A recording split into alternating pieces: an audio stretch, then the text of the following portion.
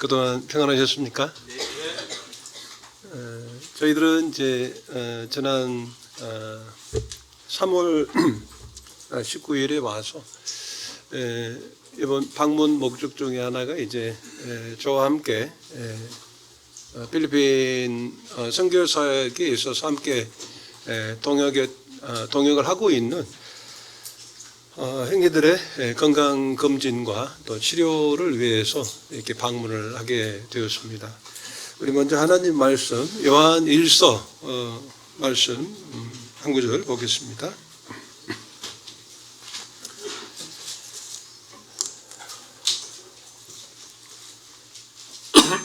요한 1서 3장 16절입니다.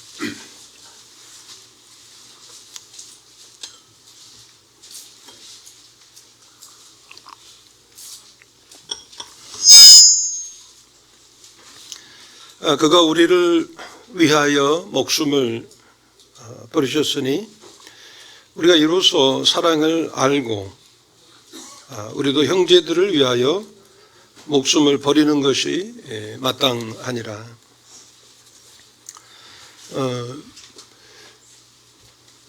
우리 직형제님은 이제 빵난이라고 하는 교회에서 조금 익숙하죠. 이 교회 이름이 빵난 교회에서 사역을 하고 있는 형제님이시고요. 이 놀리 형제님은 그 가모테스라고 하는 섬의 그 콘솔로 교회에서 사역을 하시는 형제님입니다.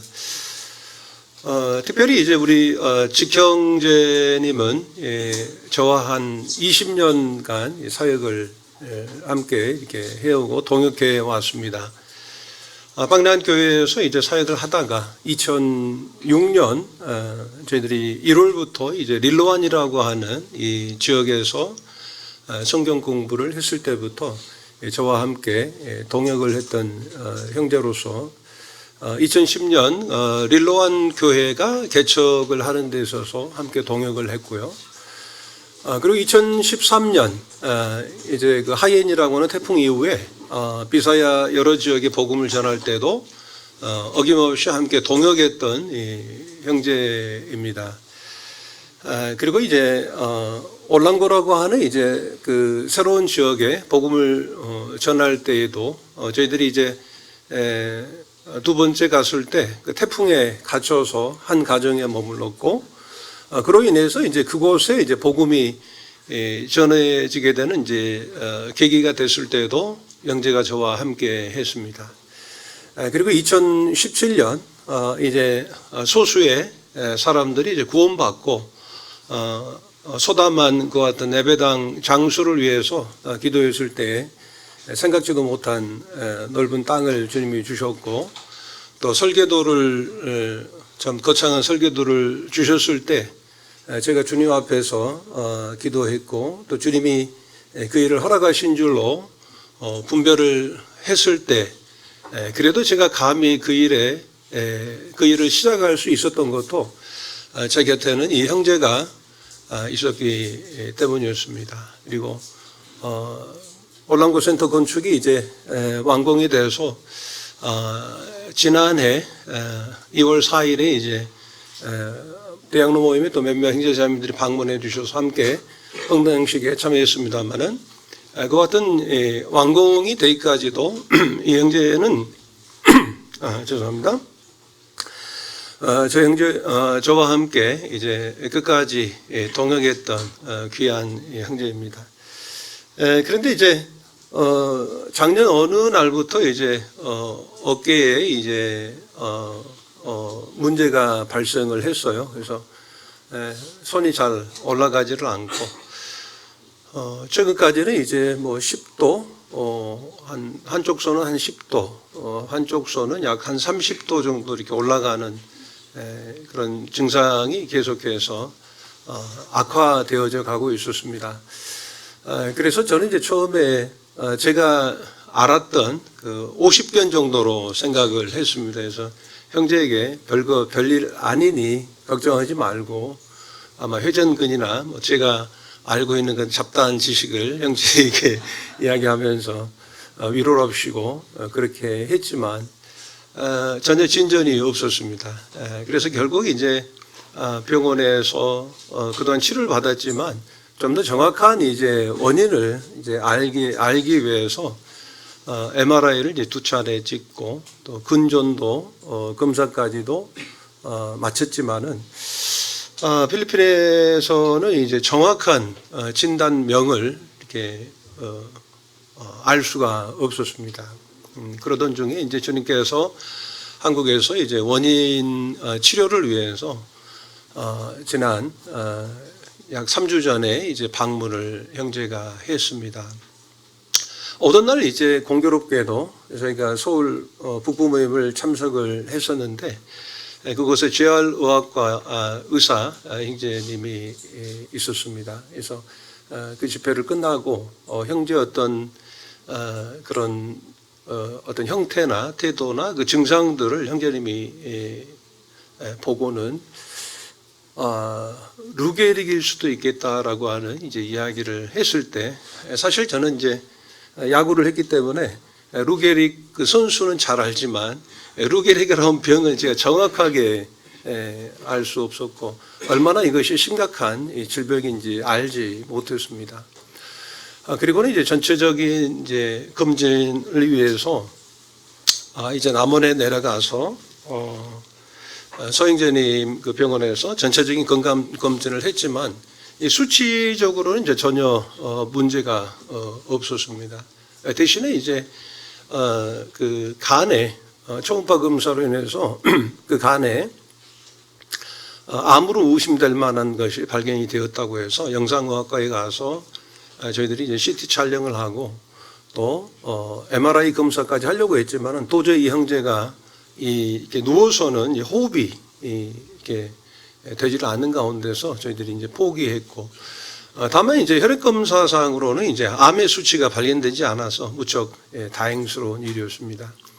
그리고 이제 온지 이제 나흘 만에 저희들이 이제 대전에 있는 그 건양대학교 신경과 교수인 안상준 형제님으로부터 최종 진단 결과 루게릭이라고 하는 이제 진단을 받게 되었습니다. 이 병은 이제 근육이 위축되는 병으로서 이제 점점 사지 근육의 세포가 운동 세포가 이제 소멸되는 이제 그와 같은 질병인데요.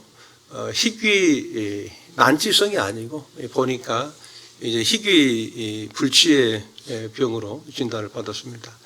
그래서 이제 사실 루게릭은 원인도 모르고 또 치료책도 없는 현대의학으로서는 이제 불가항력적인 이와 같은 질병입니다. 형제가 그 진단을 받고 나서는 영문으로 된 이제 그 소견서를 이제 제가 운전하고 형제가 뒤에서 그것을 읽고는 무척 큰 충격을 받았었던 것 같습니다. 휴게실에서 내렸는데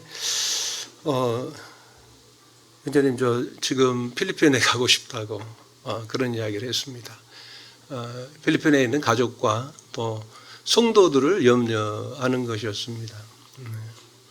알고 보니까 사실 이제 날씨가 추우면 이 근육 위축벽에는 이제 좋지 못한 그런 영향을 미쳤더라고요. 그래서 유난히 또 봄 날씨였지만 추운 날씨였고 그러나 이제 형제가 가다듬고 저들과 함께하면서 그날 밤 이제 형제와 늦은 밤까지 이제 교제하면서 형제가 마음을 또 다잡고 또 한국에 와서 참 무척 다행스러웠다고 감사하다고 이런 교제를 했습니다.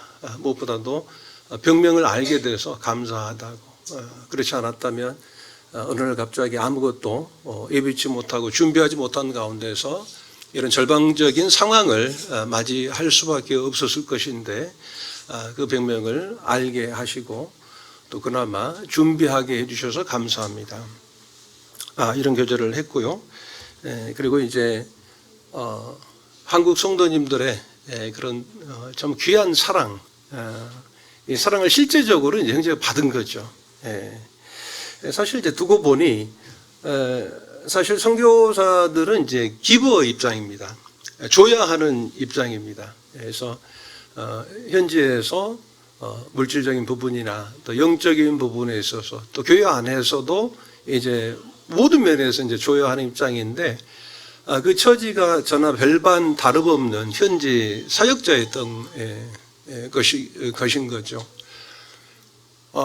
그러다 보니 이제 늘 사랑을 줘야 하는 입장에서 이 한국에 와서 사랑을 이제 받는 어떤 이제 짧은 시간들이었지만 이 사랑을 이제 형제가 받으면서 큰 감동을 받은 것 같아요. 옆에 우리 놀레이 형제님도 동일한 그런 간증을 했는데 그러면서 이제 내가 그동안 참 사역은 했지만 진실함으로 사랑하지 못한 이 자신의 어떤 사역자로서의 어떤 그 결점을 보게 되었다고 이제 돌아가게 되면 성도들을 이렇게 사랑하며 섬기겠다고 그런 간증을 했습니다.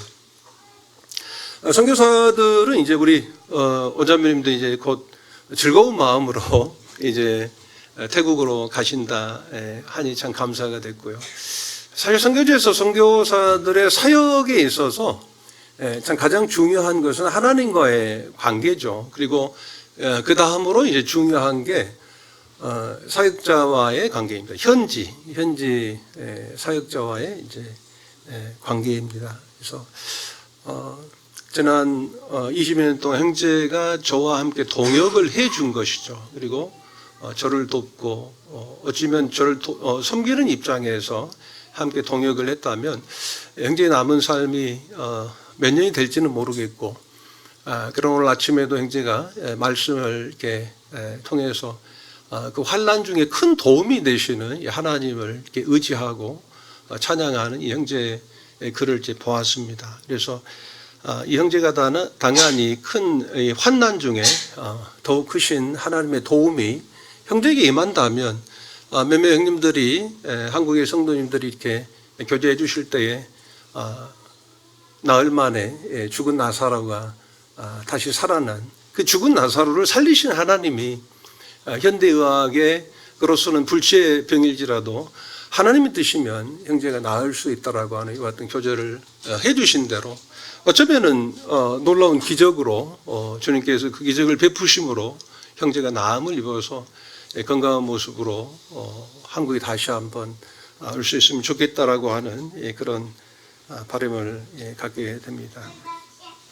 이 사진은 이제 저희들이 이제 마지막 광주에서 일정을 마치고 오는 날 아침에 거기 광주 양림동이라고 하는 곳에 가보면 그곳이 이제 호남 지역에서 그 기독교가 전파되는 데 있어서 그 선교사들이 거처를 마련했던 곳입니다. 아주 유명한 곳인데 유진벨이라고 하는 이 선교사의 그 기념관에 가서 찍은 사진입니다. 그분이 기념관에는 성공이 아니라 섬김, not success but service라고 하는 이 글이 참 제 마음 가운데 감동이 됐습니다. 우리들의 사역의 성공이 뭐겠습니까? 결국은 섬김이고 섬김이 없는 사역의 성공은 사실 무의미한 것이죠. 하나님은 사랑이라 하셨고 또 사랑으로 섬기는 이 섬김이 곧 우리의 사역인 것을 다시 한번 생각할 수 있는 시간이 되었습니다. 우리 지경제의 건강과 그리고 남은 어떤 사역을 위해서 우리 지경제님을 위해서 함께 기도 부탁을 드립니다. 광주 저를 파송한 이 광주 남북교회 성도님들과 함께 마지막 날 찍은 사진입니다.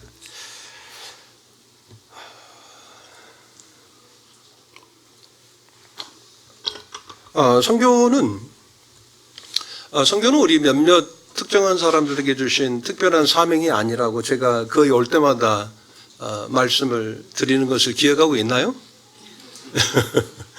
기억을 못하고 계시는 것 같은데요. 사실 이제 선교는 모든 그리스도인들에게 주신 보편의 공동 사명입니다. 보편적 공동의 사명이라고 말씀을 드릴 수가 있겠습니다. 그래서 공간 복음서 마태, 마가, 누가에 다 이제 주님께서 승천하실 때에 그 사명을 주시고 가셨습니다. 너희는 온 천하에 두루 다니며 복음을 전파하라고 말씀하셨고, 너희는 가서 모든 족속으로 제자를 삼아 침례를 베풀라고 말씀을 하셨습니다. 그리고 오늘 누가복음 마지막 장의 말씀을 또 한영재님이 읽어주셨는데, 너희는 나의 증인이라고 말씀을 하고 계십니다. 그 제자들에게 우리로 하여금 몇몇 특정한 성도들에게 주신 특별한 사명이 아니고, 구원받은 그리스도의 모든 제자들은 제자로서 증인의 삶을 살아야 되는 것이죠.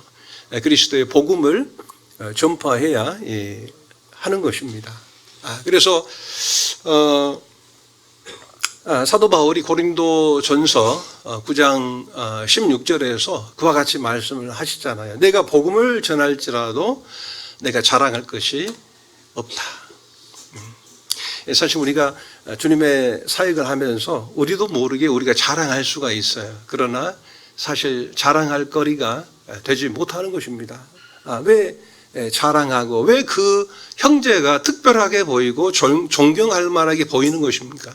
그래서 왜냐하면 우리가 당연히 해야 될 그 일들을 우리가 어쩌면 하지 않고 있기 때문에 그 형제가 특별하게 보일 뿐이죠. 그 형제가 하는 그 일은 결코 특별한 일이 아닌 것입니다. 하나님께서는 위대하시고 하나님께서는 평범하고 부족한 자들을 통해서 그 위대한 일을 이루시는 그 하나님이 위대한 것이고, 우리 모두는 그 소명의 그 사명의 부르심을 받은 것입니다. 이것이 바로 소명이잖아요. 그래서 바로 이 교회는 그리스도의 부르심을 받은 자들의 무리고 모임 아니겠습니까? 결국 우리는 다 소명을 받은 자들이다라고 하는 것입니다. 복음을 통해서 구원받은 모든 그리스도인은 소명을 받은 자고, 사명이 없는 소명은 없는 것입니다. 그러니까 내가 소명을 받았는데 나는 아직 선교에 대한 사명을 받지 않았어. 이것은 아직 사명을 받지 않은 것이 아니고 그 사명을 아직 인식하지 못하고 있는 것일 뿐이죠. 주님께서 우리를 부르셨다면 거기에는 분명한 사명이 있는 거예요. 그리고 소명이 없는 사명이 있을 수가 있어요. 그것은 무척이나 위험한 것입니다. 소명이 없는 사명은 이루는 것처럼 보이지만 결국 그 사명을 이룰 수도 없는 것이죠. 소명이 없는데 어떻게 그 사명을 이룰 수가 있겠습니까? 그러다 보면 좌충우돌, 우왕좌왕, 일은 한다 하지만 그 일을 결코 성취할 수 없는 것이 될 것입니다. 사도 바울은 내가 복음을 전할지라도 내가 자랑할 것이 없으면 이 일은 내가 부득불 할 일임이라고 말씀을 하고 있어요. 부득불이라고 하는 말이 무슨 말일까 이렇게 생각을 해보고 또 언어 사전을 찾아보니 아나케라고 하는 이 같은 단어였습니다. 그래서 이 말은 어떤 긴급한 상황에서 절대적으로 필요한 그 상황에서 도움을 주는 이 구부러진 또 들어 올려진 이 팔에서 파송된 말이었습니다. 그러니까 긴급한 상황에서 어떤 이것은 절대적인 의무다라고 하는 거예요. 그 절대적인 의무를 우리가 이행하는 데 있어서 우리의 팔을 사용하는 그 팔에서 파송되는 단어가 바로 이 부득이함이다라고 하는 것입니다. 예를 들어서 우리 자녀들 중에 하나가 물속에 빠졌어요. 제가 이제 필리핀에 있을 때 저희 막내 효진이가 어느 날 이제 수영장에서 이렇게 놀고 있었고, 저와 아내와 이제 그때 함께 사역을 이렇게 했던 윤여순 자매님하고 아주 이렇게 좋은 교제를 나누고 있었습니다. 아마 또 다과를 먹고 있었을 것 같습니다. 아주 좋은 시간이었어요. 근데 이제 그때 저희 딸이 이제 물속에 빠진 거예요. 그럼 저는 이제 그 정말 중요한 대화를 나누고 또 정말 즐거운 이 그 분위기 가운데서 쉼을 누리고 있는 이때에 저는 한 5분 정도 있다가 우리 함께 교제를 하고 있다가 5분 정도 있다가 우리 아이를 건져낼까요? 그래도 한 몇 초 정도는 이제 버틸 수 있을 것 같으니 좀 있다가 차분하게 가야 될까요? 그것이 아니다라고 하는 거죠. 저는 아이가 빠졌을 때 정말 번개처럼 갔습니다. 그래서 이제 우리 함께 있던 자매님이 정말 눈에 보이지 않았다고 제가 이것은 선택의 여지가 없는 거죠. 이것이 바로 부득이함의 의미다라고 하는 것입니다. 그래서 우리는 이 선교라고 하는 것은 우리 그리스도인들에게 하느냐 하지 않느냐의 어떤 문제가 아니다라고 하는, 이것은 우리들의 포지션의 문제다라고 하는 것입니다. 우리가 복음을 통해서 우리를 구원하셨고 그 구원을 통해서 저희들을 이제 부르셨고 그 부르심의 그 목적은 바로 사명을 이루는 것이기 때문에 이 거룩한 무리 가운데서 주어진 이 공동의 사명을 우리는 어떻게 하면 이제 우리들의 몫을 할 것인가라고 하는 이러한 부분에 있어서 우리가 고민을 해야 되는 것이죠. 우리가 내가 하고 안 하고의 어떤 그런 차원이 아니고 우리가 어떠한 부분에 있어서 이 선교의 사명을 이룰 것인가, 어떠한 부분에 있어서 이 복음을 전하는 이 부득이하게 할 수밖에 없는 이 긴급한 상황에서 절대적인 의무를 우리는 어떻게 행할 것인가라고 하는 이 부분에 있어서 우리는 고민하고 기도하고 또 우리는 나누어야 될 것입니다. 제가 작년 제 기억으로는 그 야유회 때 제가 함께 했었던 것으로 압니다. 그래서 2024년 제가 10월 이후부터 이제 필리핀에서 이루어지고 있는 일들에 대해서 선교 보고와 또 허락하시면 몇 구절의 말씀을 함께 나누기를 원합니다.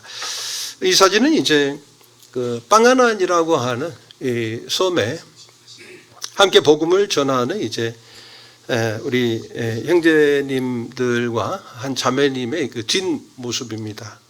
그래서 주님께서 이제 빵아난이라고 하는 이 섬에 저희들이 올 초부터 이 섬을 정해서 이제 매주 토요일에 저희들이 방문해서 복음을 전하고 있습니다. 올랑고 센터에 저희들이 이제 준공동체 생활을 하고 있습니다. 현재 2명의 형제님들이 이제 그곳에 상주하고 있고요. 그리고 이제 또 다른 2명의 형제들과 그리고 2명의 자매님들이 매일 이제 그곳에 출근을 해서 준공동체 생활을 이렇게 하고 있습니다. 마가복음 1장 그 15절에 보게 되면 주님께서 이제 공생의 기간, 그러니까 주님께서는 아버지의 뜻을 이루러 오셨잖아요. 그것이 예수 그리스도의 사명이었습니다. 분명한 것이죠. 그러니까 주님의 삶의 목표는 분명했습니다. 우리들의 삶을 이제 살아가는 우리의 생애에 분명한 목적이 분명해야죠. 우리가 직장 생활을 할 때도 어떤 일을 할 때에도 분명한 목적이 있잖아요. 주님께서는 이제 공생의 기간 동안에 하나님의 뜻을 이루는 그런 분명한 목적이 계셨던 거죠. 그게 먼저는 이제 복음을 전파하는 일이셨습니다. 천국이 가까웠다. 그러므로 너희는 회개하고 복음을 믿으라고 말씀을 하고 계십니다. 그러나 주님께서 복음을 전하실 뿐만 아니라 이제 그 몇 구절 뒤에서 제자들을 부르시잖아요. 이것이 이제 주님의 사역의 어떤 두 날개라고 저는 보는 것입니다. 복음만 전하는 것이 아니죠. 복음만 전하는 게 아니고 주님께서는 이제 3년의 공생의 기간이 끝나게 되면 주님은 이제 승천하실 것이고 보혜사 성령을 주셔서 이제 주님의 제자들을 통해서 주님의 그 사역을 이제 이어가도록 주님께서는 그 같은 큰 그림을 가지고 계셨던 것입니다.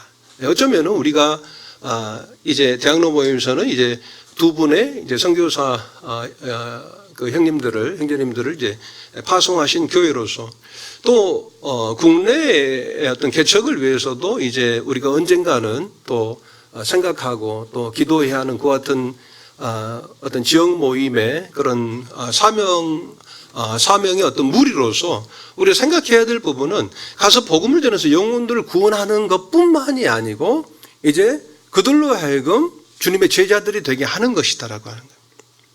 그러니까 주님께서는 복음을 전하셨고 그리고 제자들을 부르셔서 나를 따르라고 말씀을 하셨습니다. 그러니까 예수님께서는 나를 따르라 하신 것이죠. 나를 따르라 하시고 그 따르게 하신 목적은 뭐였냐면 내가 너희로 사람을 낚는 어부가 되게 하겠다 이렇게 말씀을 하고 계시는 것입니다. 저희들은 어쩌면 이제 이 말씀 되게 하겠다라고 하는 이 말씀이 우리는 어떤 자동사로서 이해를 할 수가 있어요. 어떻게 하면 이렇게 모임생활을 하다 보면 이제 자연스럽게 사람을 낚는 어부, 사역자, 목회자, 전도자로서의 은사가 드러날 것이고 이제 그들이 어떤 사역자로 이제 언젠가는 되게 될 것이다라고 하는 이 같은 차원에서 저는 그렇게 말씀을 받고 또 그렇게 또 이제 일꾼들이 세워져 가는 모습들을 보게 됩니다. 그런데 사실은 이제 주님께서는 뭐라고 말씀하셨냐면 I will make라고 하신 거죠. 그러니까 주님의 입장에서 내 그들을 만들겠다라고 말씀을 하신 거예요. 주님이 만드시는 것이죠. 그러니까 우리가 어떤 일꾼들이 되게 되는 것처럼 우리가 어떤 특별하게 이제 어떤 신학교를 만들고 뭐 훈련 센터를 만들어서 일꾼이 되는 것은 아니지만 이 교회 가운데에서 주님이 역사하시는 거죠. 일을 오셨던 거죠. 주님께서 이제 훈련하시고 훈련시키시고 교육을 통해서 일꾼들을 이제 만드시는 거죠. 주님이 주체가 되는 것입니다. 그래서 저희들은 그런 부분에서 선교를 위해서 기도할 때 그 부분까지도 염두한 것 같은 선교의 기도 제목이 되어야 된다라고 하는 것입니다. 영혼들의 구원뿐만 아니고 그곳에 주님의 일을 할 수 있는, 능히 할 수 있는 그 같은 일꾼들을 위해서 기도해야 합니다. 참 감사하게도 저희들이 이제 매일 함께 공동체 생활을 하면서 이들이 이제 3년 6개월 만에 참 많은 성장이 있었어요. 참 감사가 되더라고요. 그래서 지난 3월 19일부터 제가 약 2달여 동안 한국에 있습니다만은 이제 구원받은 지 얼마 되지 않은 3년 6개월 정도 된 한 형제님이 있고 그 외에는 이제 3년도 되지 않은 이제 형제님들이 함께 협력해서 제가 하던 일들을 교회 안에서 하고 있습니다. 그래서 나름대로 본인들이 이제 메시지를 이렇게 준비를 하면서 전할 메시지에 대해서 미리 저에게 이제 보내온 내용인데 참 나름대로 규모가 있고 훌륭하게 이렇게 말씀을 전하고 있는 것 같아서 참 뿌듯하고 감사함이 있었습니다. 그래서 제목과 본문과 그리고 주제와 이 적용 관련해서 형제가 메시지를 이렇게 준비했다고 보내온 내용입니다. 그래서 교회를 생각할 때 선교지에서 또 국내 교회에서 복음을 전해서 영혼을 구원할 뿐만 아니라 정말 사람을 낚는 어부가 되는 이와 같은 역사들이 각각의 지역에서 일어날 수 있도록 기도 부탁을 드립니다. 지난 11월에 참 의료 선교가 있었습니다. 그래서 지난해 1월과 1월에서는 한국에서 이제 의료팀이 방문을 해주셨고 또 작년 11월에는 이제 싱가포르에서 의료팀이 방문을 해주셨습니다. 정말 열악합니다. 어떤 인적 그리고 물적 이런 또 약품에 관련해서도 정말 열악한 환경 가운데 이분들이 살아가고 있습니다. 그래서 3박 4일 동안 약 1000여 명의 사람들을 이제 그 혜택을 이렇게 드렸습니다. 평생을 한 번도 치과에 가보지 않는 분들도 상당수가 됩니다. 그래서 어떤 경우에는 치아가 하나 이렇게 남아 계신 분도 계세요.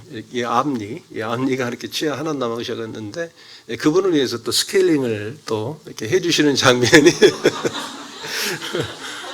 참 특이했습니다. 아주 정성스럽게 이렇게 스케일링을 이렇게 해주셨습니다.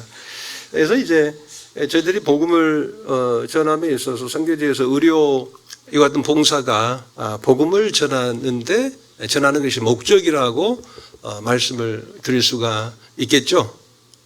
머리를 끄덕이셨는데 저도 그렇게 생각을 했었어요. 그래서 제가 과거에 의료 선교를 하게 되면 어쨌든지 이분들의 복음을 듣게 하려고 오전에 그 수많은 사람들이 이제 진단을 받고 처방을 받으면 약을 안 줘요.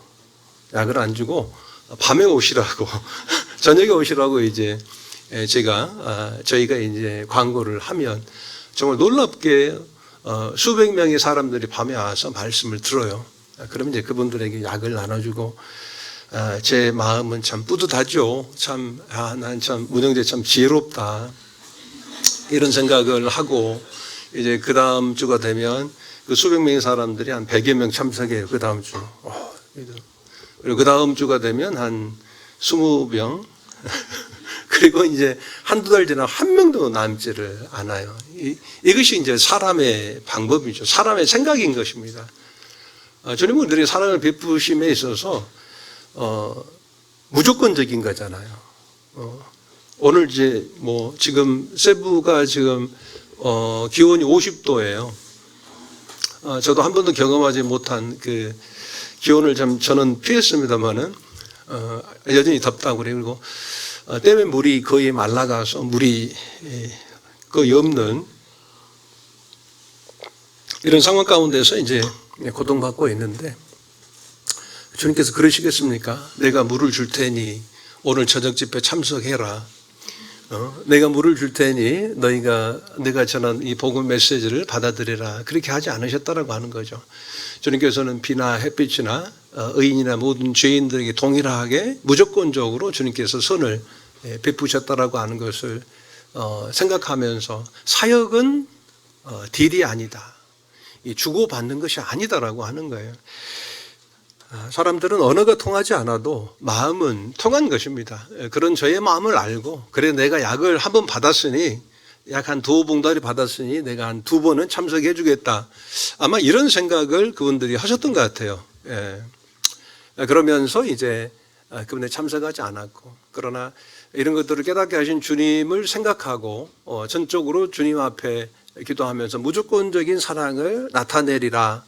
이렇게 생각을 먹고 이제 전혀 그분들에게 이제 뭐랄까요 강요하지 않는 가운데서 저희들이 집회를 소개했고 그러면서 소수의 사람들이 이제 참석을 이렇게 하십니다.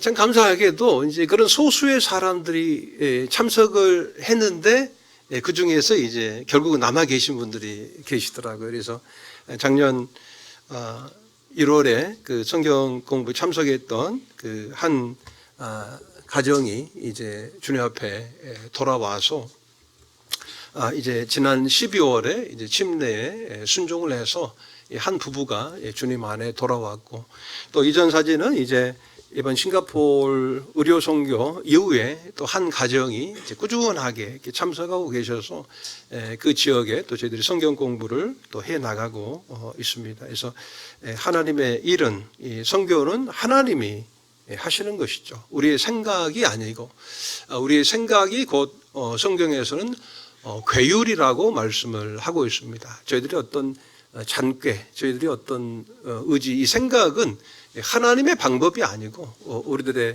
생각이요 괴율이고 그 괴율을 통해서 어떤 일들이 이루어졌을 때 그것이 정말 하나님께 영광이 되어지겠습니까? 우리 어떤 육신의 어떤 그 연약함으로 인해서 우리가 영광을 받게 되겠죠.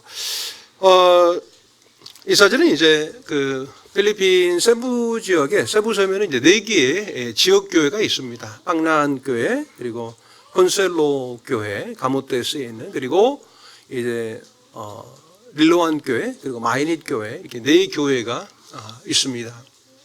그래서 4교회 주일학교 형제 강사 교사 형제자매들의 강습회가 지난해 10월에 있었습니다. 그리고 한국에 있는 이제 그 젊은 형제 자매님들로 구성된 블레스 프로젝트라고 하는 이 팀이 방문을 해서 어린이 사역을 돕고 있습니다. 그래서 이 단기팀이 이제 4년을 계획으로 해서 방문을 하고 있는데 그 방문의 목적이 뚜렷합니다. 그래서 어떤 이벤트성이 아니고 개척된 이 교회의 주일학교 어린이 사역이 자립될 수 있도록 이 팀이 구성이 돼서 훌륭하게 이 일을 감당하고 있습니다. 지난 1월에 이제 제 2차 방문이 있었고 이 어떤 방문과 또 강습회를 통해서 이것이 이벤트로 끝나서 밀물처럼 왔다가 썰물처럼 아이들이 가는 게 아니고 이 현지 형제 자매들이 그 사역을 또 배워서 또 그 아이들을 위해서 기도하고 돌아보고 있는 이 같은 사역 가운데 있습니다. 우리나라는 이제 저출산의 시대고 또 초고령화 시대로서 많은 모임의 어떤 고민들이 있을 줄로 압니다만은 아직 필리핀은 그 저출산에 대한 염려는 하지 않아도 되는 것 같은 상황 가운데 있고 어딜 가나 아이들이 참 많이 있는 것 같은 상황입니다. 그래서 이 아이들이 꾸준하게 우리 주 예수 그리스도의 가르침을 그들 아이들의 어떤 수준에 따라서 이제 교육을 받고 구원을 받아서 또 디모데처럼 귀한 훌륭한 일꾼들로 성장해 갈 수 있도록 기도해 주시길 바랍니다. 이 사진은 이제 한번 다녀가신 분은 대략 아시겠습니다만은 이제 이 올랑고 섬 보이시죠? 예, 올랑고 섬이 이제 현재 제가 아내와 함께 거주하면서 그 사역을 하고 있는 이 섬입니다. 그래서 이제 만약에 이제 세부에 오시게 되면 이 막탄이라고 하는 이 코르도바라고 하는 글씨가 보입니다만은 그 섬이 이제 막탄이라고 하는 섬입니다. 그래서 막탄에 바로 이제 국제 공항이 있습니다. 그래서 그곳에 내려서 이제 올랑고 섬으로 이제 오시게 되는데 올랑고 섬 이제 동남쪽에 이제 큰 섬이 보이시죠? 이 섬이 이제 바로 보홀 섬입니다. 그래서 보홀 북쪽인데 그 보홀 북쪽과 올랑고 섬 사이로 보게 되면 약 50여 개의 이제 그만한 섬들이 있습니다. 그래서 언젠가 제가 말씀드렸습니다만은 이제 정말 조그마한 섬인데 우리 이제 젊은 형제님들이 한 10분이면 이제 그 조깅하는 정도로 이렇게 하시면 한 바퀴 돌 수 있는 그 같은 작은 섬임에도 불구하고 약 100가구, 약 1000여 명이 이제 살고 있는 그런 섬들이 또 많이 있습니다. 그래서 그 섬들의 복음을 전하는 데 있어서 전진 기지로 이제 올랑고 센터가 사용되어지기를 원하고 있습니다. 그래서 올랑고 섬에 주위로해서 이제 50여 개의 섬들이 있는데 그 섬들을 저희들이 한꺼번에 복음을 전할 수가 없는 상황에서 이제 한 섬을 저희들이 이제 정해서 이제 가기로 저희들이 결정하고 또 기도하던 중에 마가복음 말씀에 주님께서 이르시되 우리가 다른 가까운 마을들로 가자. 그러니까 주님께서 사역을 하시는 데 있어서 뜬금없이 이곳에서 이제 어디 먼 지역으로 가신 것이 아니고 주님께서는 정말 그 가까운 마을들로 이제 주님의 복음이 점차 확산이 되어진 이 같은 방법을, 이 같은 전략을 주님이 선택하셨다라고 하는 것을 보게 되시면서 이 50여 개 섬들 중에서 가장 가까운 섬 4섬들을 저희들이 선택해서 기도했고 또 그 섬들 중에서 가장 가까운 섬이 이제 빵하난 섬을 저희들이 이제 정해서 올 1월부터 저희들이 정기적으로 방문을 하고 있습니다. 그래서 그 빵하난 섬은 이제 올랑고 섬에서 이제 밀물 때는 배를 타고 가요. 그리고 썰물 때는 걸어서 가는 곳이거든요. 그래서 물이 이제 한 발목 정도 이게 타게 되면 이제 걸어서 갑니다. 그래서 의도치 않게 요즘 우리나라가 맨발 걷기가 참 유행이시더라고요. 그죠? 거기 가면 복음도 전하고 맨발 걷기 운동도 할 수가 있습니다.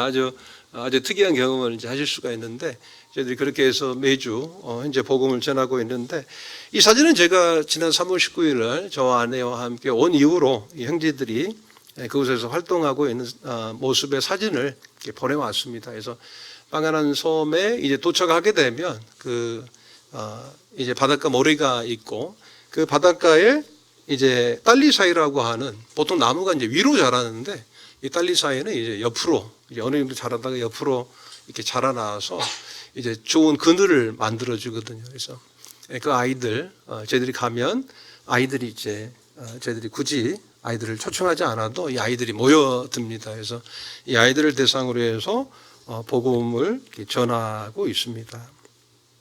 그리고 이제 그곳에 갔더니 아까 말씀드렸던 그 두 부부, 한 부부 자매님과 형제님이 지난 12월에 1년 만에 이제 침례를 받으셨다 했는데 저희들이 알고 간 것은 아니었는데 그곳에 갔더니 이제 그 사돈이 살고 계시더라고요. 그래서 그 자매님의 형제님의 어떤 아들의 그렇죠, 며느리의 이제 그 고향이 빵하난이고 그래서 그곳에 그 며느리의 할머니 댁인 그 리닝 씨라고 하는 집에서 저희들을 초청해 주셔서 그 가정에서 복음을 저희들이 전하고 있습니다.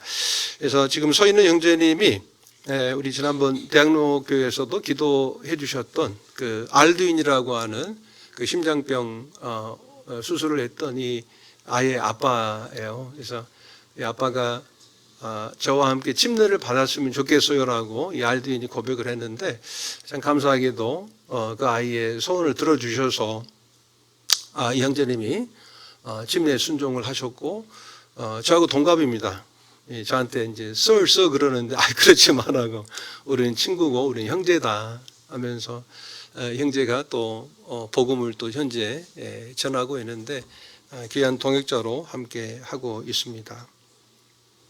그래서 이제 복음을 전하는데 한 소경이 참석을 하셨습니다. 그래서 이분이 이제 복음을 저희들이 전하는 메시지를 듣고 다른 좀 마을에 제가 아는 지인들이 있는데 그곳에 복음을 전해줄 수 있느냐고 이렇게 요청을 해왔습니다. 그래서 그 앞을 보지 못하시는 소경분이 저희들을 인도하고 있어요. 소경의 인도함을 받아서 저희들이 복음을 전하러 가고 있는 그런 장면입니다.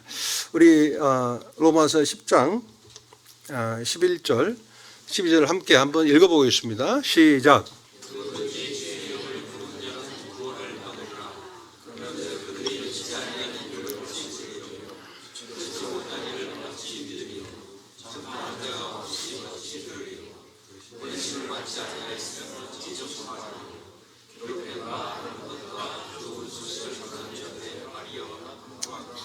예, 아멘. 예.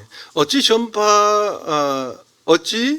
전파하는 이가 없이 듣겠으며 듣지 못하는 이가 어찌 믿겠으며 믿지 못하는 이가 어찌 주님을 부르겠으며 어찌 주님을 부르지 아니하고서 구원을 받겠느냐라고 하는 이와 같은 메시지입니다. 그래서 그 좋은 소식을 전하는 자들의 아름다운 입술이여라고 말씀을 하지 않으셨죠. 그래서 아름다운 발이라고 말씀을 하고 계십니다. 그래서 참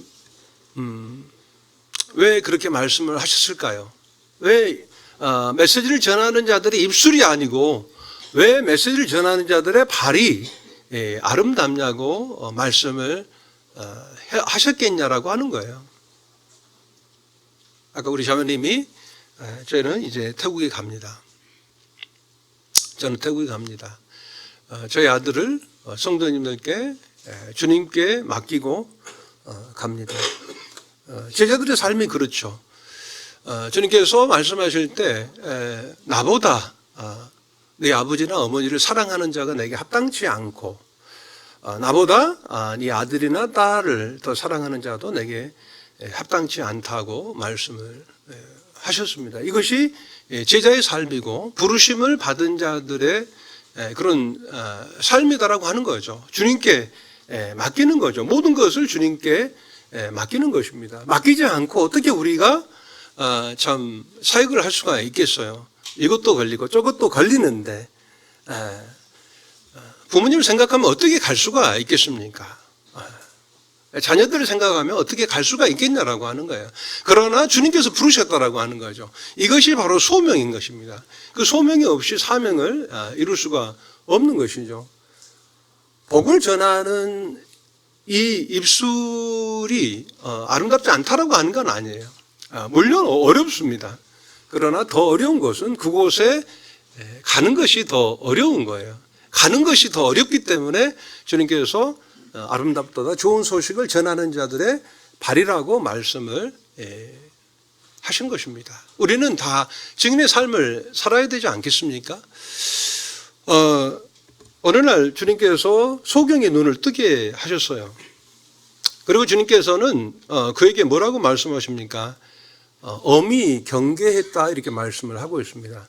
이 일을 다른 사람에게 알리지 마라. 주님께서 아주 그냥 부드럽게 말씀하신 것이 아니고 원어적으로 보면 마치 개가 으르렁거리듯이 말씀하신 거예요. 마치 그 성난 이 말이 이렇게 그 콧소리를 내는 듯한 그런 이제 그런 어떤 뉘앙스를 가지고 너 절대 말하지 말았어? 이런 거예요. 너 하지 마라. 이런 거예요. 너 진짜 말하면 너 진짜 안 된다. 이런 말인 거예요. 으르렁거리시면서 말씀하신 거예요. 하나님 예수님께서. 근데 그 다음 절에 어떻게 돼 있죠? 그 소경이 온 동네에 이제 다 말을 해버린 거예요. 이게 증인인 거죠. 그러니까 증인의 삶은 이거 뭐 억지로 되는 거 아니에요. 그러니까 이건 부득이하게 하지 않으면 안 되겠다라고 하는 견딜 수 없는 그 마음이 그로 하여금 이 증인의 삶을 살게 하는 거예요. 그러니까 안 되는데 억지로 할 수 없는 겁니다. 공부하기 싫은데 억지로 공부시켜도 안 되잖아요. 그죠? 그보다 더 어려운 게 이거다라고 하는 거예요. 억지로 되는 게 아닌 거죠. 근데 이제 그렇다면 그 소경이 예수님께서 정말 엄히 경계한 이 말씀을 불순종했느냐? 저는 그렇게 생각을 했었는데 그게 아니더라고요. 주님께서 말씀하신 것은 about this예요. 이것에 대해서 말씀하지 마. 이것에 대해서 네가 다른 사람이 전파하지 말라는 거예요.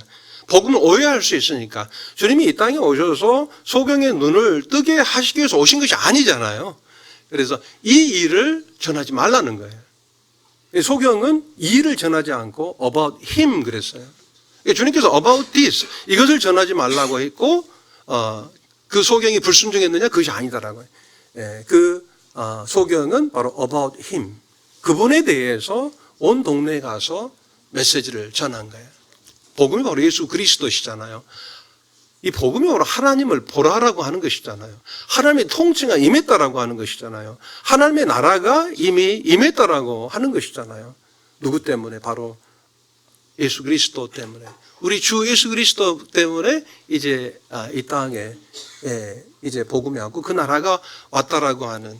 그래서 저희들은 어찌하든지 이제 증인으로서 주님 저희 마음 가운데 주님이 저희 안에서 역사하시고 하나님의 그 기쁘신 뜻을 위하여 소원을 두고 행하게 하시는 이 일에 우리는 이제 동의하고 또 나아가야 될 줄로 생각합니다.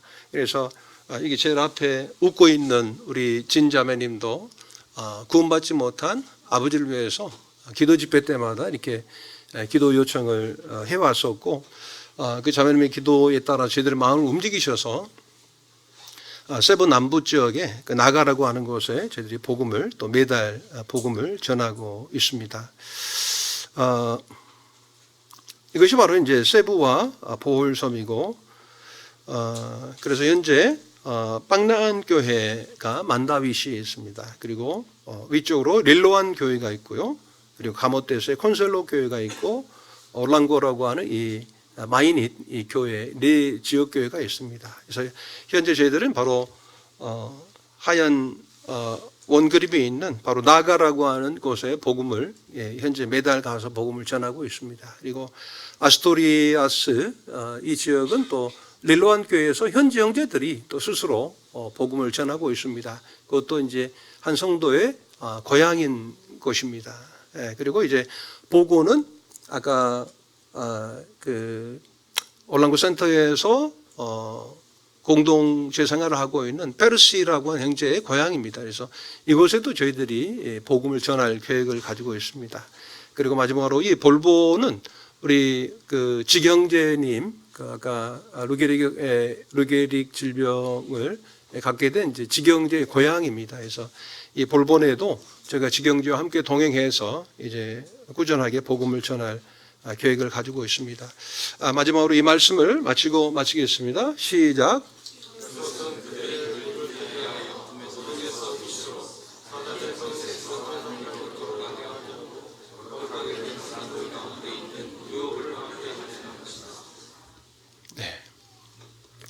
이 말씀은 사도행전 26장 18절의 말씀입니다. 요즘 우리 모임에서 이제 복음에 대한 어떤 작은 논쟁들이 제가 있는 것으로 알고 있습니다. 그런데 제가 그 부분에 있어서 이제 형님들이 어떤 근거를 가지고 그런 논쟁을 하고 계신지는 제가 정확하게 알 수 없고 또 제가 판단할 수가 없습니다. 그런데 어쩌면은 우리가 전한 이제 이 복음의 메시지에는 저는 문제가 없다고 생각합니다. 어린 아이들도 깨달을 수 있는 이 복음 메시지를 우리 갖고 있죠. 너희가 어린아이같이 되지 아니하면 하나님 나라를 볼 수도 없고 들어갈 수도 없는 것이잖아요. 범죄함을 위하여 우리 예수 그리스도께서 자신이 내어주신 바 되셨고, 그리고 우리를 의롭다 하시기 위해서 다시 살아나신 우리 예수 그리스도의 부활이 복음인 거죠. 그렇다면 이 복음을 통해서 우리에게 주시고자 하시는 이 구원은 뭐냐라고 하는 것입니다. 그러니까 구원에 대한 오해가 있기 때문에 지금 어떤 주권 복음이니 이런 어떤 것에 대한 논쟁이 있는 것 같아요. 그러나 제 분별로서는 이 사도행전 26장 18절만큼 이 구원에 대해서 분명하게 우리들에게 정의를 내려주시는 구절을 참 찾기가 참 어렵다는 생각이 듭니다. 그러니까 구원은 단순하게 우리를 지옥의 고통에서 천국의 그 극락으로 우리를 이동시켜주는, 마치 중세시대의 캐톨릭에서 이제 면죄부를 판매했던 그 면죄부가 아니다라고 하는 거죠.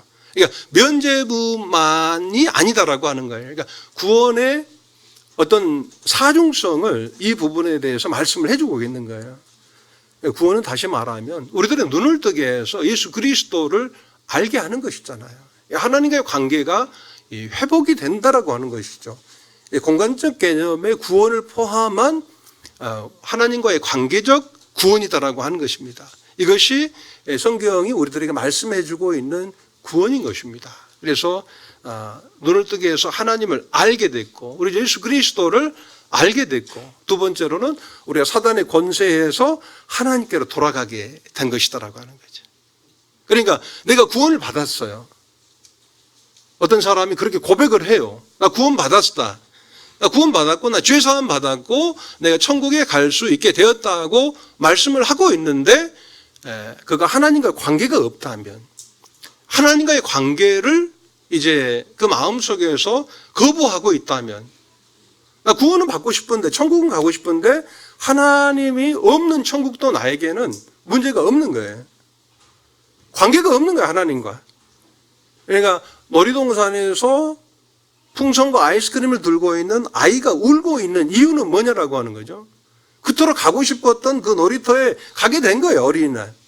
그런데 그 아이가 그 놀이터 한 중앙에서 정말 재미있는 놀이기구가 있고 맛있는 것들이 있고 정말 즐거운 어떤 어린 아이들을 위한 그런 외침과 소리들이 있는데 왜 그 아이가 울고 있냐라고 하는 거죠. 부모님이 없기 때문에. 바로 그거와 마찬가지죠. 하나님이 없는 천국의 공간을 우리가 상상이나 할 수 있겠느냐라고 하는 것입니다. 사랑하는 형제자매님들, 저는 대학로에 와서 예배를 드릴 때마다 좀 울컥하는 게 있어요. 제가 이제 생각할 때 아마 아름다운 선율 때문에 그런 줄 알았어요. 또 그리고 나팔 소리 너무, 트럼펫 소리 너무 아름답더라고요. 근데 제가 그 다음 주에 이제 방배동에 저희 어머님이 계시는 모임에 갔어요.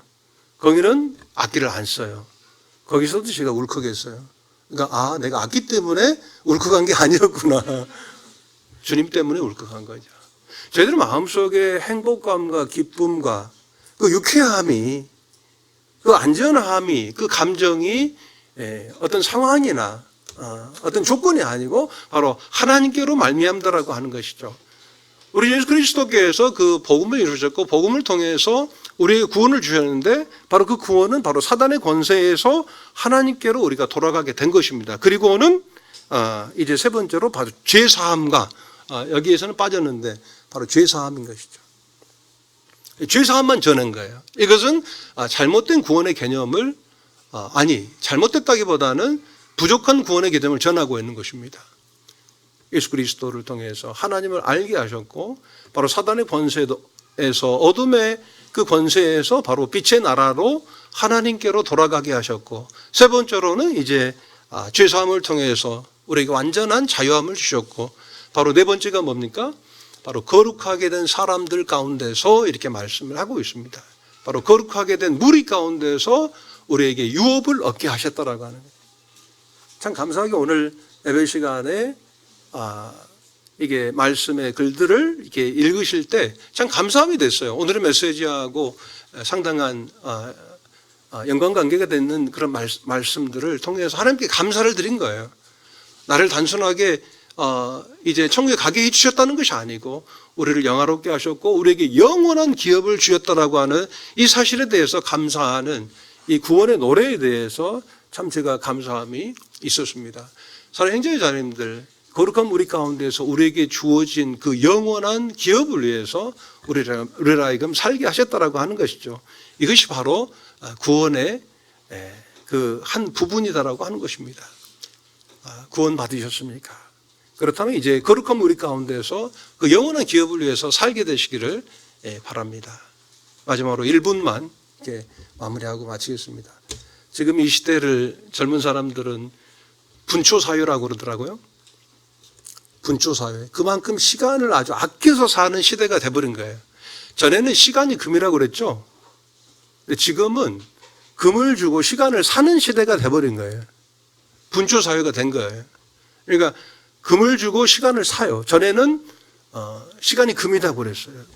금을 모으는 시대였어요. 과거에는. 그것을 소유경제라고 합니다. 그런데 지금은 이제 금으로 시간을 사는 바로 경험경제의 시대가 됐다고 그래요. 너무 할 것이 많은 거예요. 너무 즐길 것이 많은 거예요. 젊은 사람들이. 지금 이 시대의 사람들이 먹을 것도 풍성하고 너무나도 어떤 그 육체적으로 물질적으로 풍요로운 시대를 살기 때문에 참 지혜로운 거죠. 어쩌면 우리는 믿지 않는 불의한 자들에게서 지혜를 배워야 한다고 생각해요. 그들은 시간을 아껴서 자기 어떤 즐거운 경험들을 위해서 그 시간들을 철저하게 사용을 하고 있습니다. 이 분과 초를 다투면서 저희들은 소유 경제도 아니고 그리고 경험 경제도 아니고 저는 성취 경제 이것을 우리가 추구해야 한다고 생각해요. 하나님의 뜻을 성취하고 우리가 성취하는 이 성취는 바로 영혼에 관한 것이고 영원함에 관한 것이다라고 하는 거죠. 이것이 바로 지혜로운 그리스도인의 삶이 아닌가 하는 생각을 하게 됩니다. 그래서 대학로 모임을 통해서 주님께서 계속해서 하나님의 뜻을 이루시고 모든 성도들이 그 영원한 기업을 위해서 계속해서 정진해 나가시기를 바라면서 이상으로 말씀을 마치겠습니다. 감사합니다.